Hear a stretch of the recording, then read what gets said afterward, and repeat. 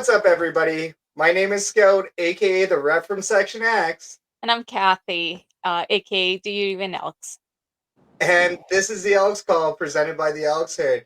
Today we have a very special guest, Tim Enger, who is the chair of the 2023 Football Canada Cup and the executive director of Football Alberta. Tim, thank you so much for joining us today.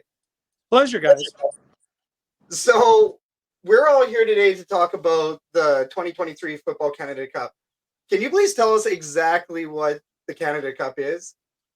Sure. Well, it's a program run by the National Football Association, Football Canada. It's been in existence since 1995. We've been a part of it in every year since that time, except for the COVID break.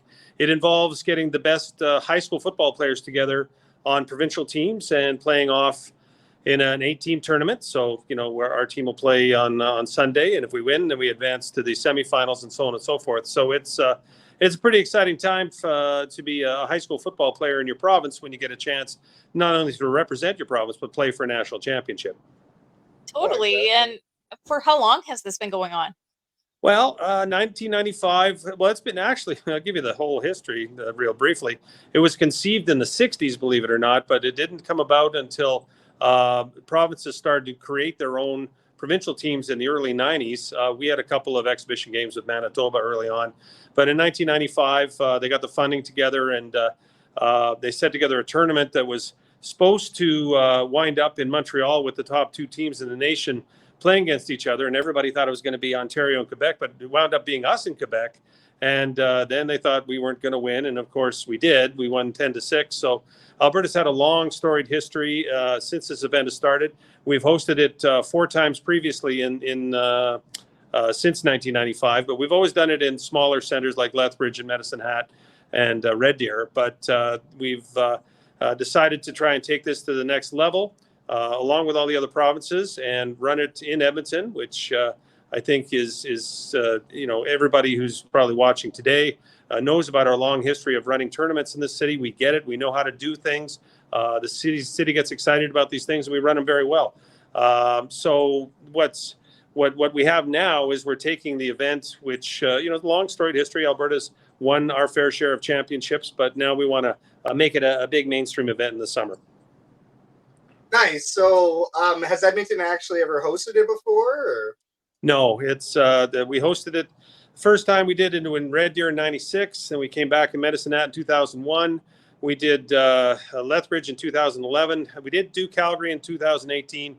I've always wanted to host it here. It just we've had for a plethora of reasons. We've gone to the other centers, but this is our opportunity to set ourselves up for the World Junior Championships we'll be hosting next year in Edmonton. So this is a great test for us, and it's a great opportunity for us to expand the event, to run it in places like Commonwealth Stadium that you can see behind me, and make it a big deal rather than just poking around in high school stadiums across the nation. Yeah, for sure. So tell me a little bit more about Football Alberta. Like, where did they come into this? How are they? Well, Football Alberta, we're like everything else. We're like Basketball Alberta. We're like Hockey Alberta. We're the provincial sport body of football in the province. So we do handle a lot of things like insurance and registration, and we run officials clinics and coaching clinics and all the stuff that other provincial associations do. And the one thing that we started doing, like I say, in the 1990s, was start to run provincial teams. We've never done that before. Incarnations of Football Alberta have been created since 1954. So it took until 1990 before we started to run teams, and now we've got 17 different provincial and all-star teams going all over the place. So we like the way we're going. It's a little busy, but what the heck? It's good for football. Well, and I mean, you guys are constantly growing, so that's something that you want, especially at that kind of level, right? Now, Yeah. Major organizations and individuals that are making the Canada Cup possible this year? Well, we've got some great sponsors. Like I can, places like Crystal Glass have stepped up. OK Tire, and everybody's given their little fair share, which is awesome. We've got great support from the city through Explore Edmonton. We've got great support through the province through our funding body there, and so this all together with the teams do pay their fair share to come, means that we can run an event at a level beyond what they've done in the past. Yeah, that's amazing. Now we just need a little bit more from the fans, right? That's what we're looking for. We need some fans in there to make It, sure they're cheering on. Yeah, our kids are like anybody else. They appreciate support and would love to see a lot of people come out and watch them. But we also think it's a good value for your dollar too, because $15 will get you into a game, and it's good football. The high school level is kind of something you kind of think about when you think about high school football. It kind of conjures up visions of Texas and Pennsylvania and things in the United States. And we forget about the fact that we have very strong high school football here in Canada and in the Edmonton area in particular.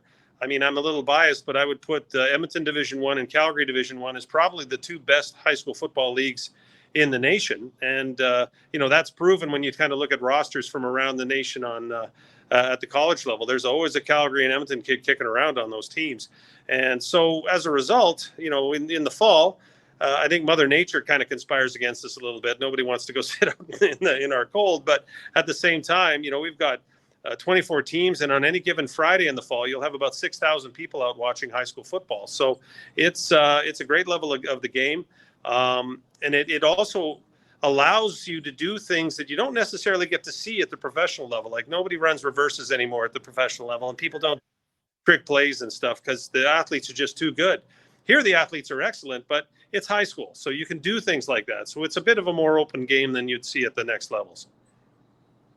Oh, for sure. And I mean, that's kind of what we think Edmonton needs to see, right? I mean, you guys are putting on a great showcase here. So, last question.